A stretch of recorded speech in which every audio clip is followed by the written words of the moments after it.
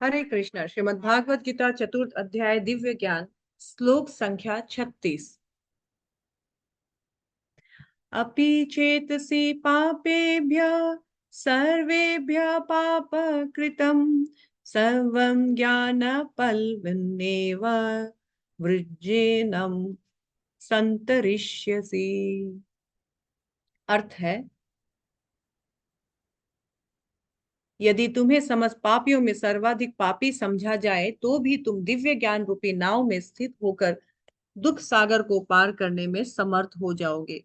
यहाँ भगवान ज्ञान को एक नौका के साथ कंपेयर कर रहे हैं कि ज्ञान का आश्रय लेकर, जैसे हम नौका का आश्रय लेते हैं कब, तो जब हम समुद्र में रहते हैं, गिर जाते हैं, तो एक नौका हमें बचाती है।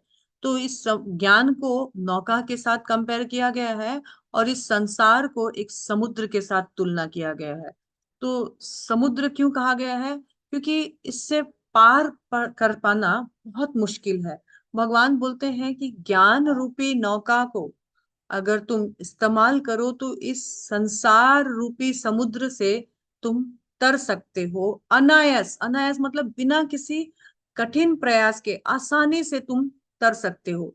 ये भगवान बता रहे हैं ज्ञान का महत्व, पावर ऑफ नॉलेज बता रहे हैं कि देखिए, पाप तो मुक्त हो ही जाएगा, हमें चीजों को एज इट इज देखने की शक्ति तो मिल ही जाएगी, लेकिन साथ ही साथ हम चाहे जितने भी पापी क्यों ना हो, लेकिन ज्ञान धारण करके, ज्ञान का आश्रय लेकर के हम इस संसार रूपी सागर को पार कर सकते हैं।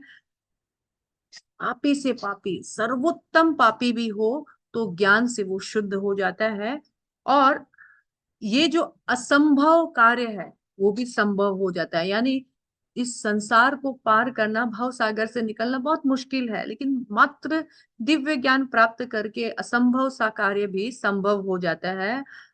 ये भगवान एक्चुअली अर्जुन को ये भी बताना चाह रहे हैं कि देखो अर्जुन, तुम डर रहे हो कि पाप लगेगा, हमें इसका रिएक्शन जो है, पाप का रिएक्शन भोग करना पड़ेगा। नहीं अर्जुन, तुम दिव्य ज्ञान से पाप से भी मुक्त हो जाओगे और तुम्हें भवबंधन से मुक्ति भी प्राप्त हो जाएगी। तुम डरो मत, ज्ञान में बहुत शक्ति है और ज्ञान पूर्वक किया गया कर्म वो तुम्हें बांधेगा नहीं, बल्कि मुक्त कर देगा। हरे कृष्ण।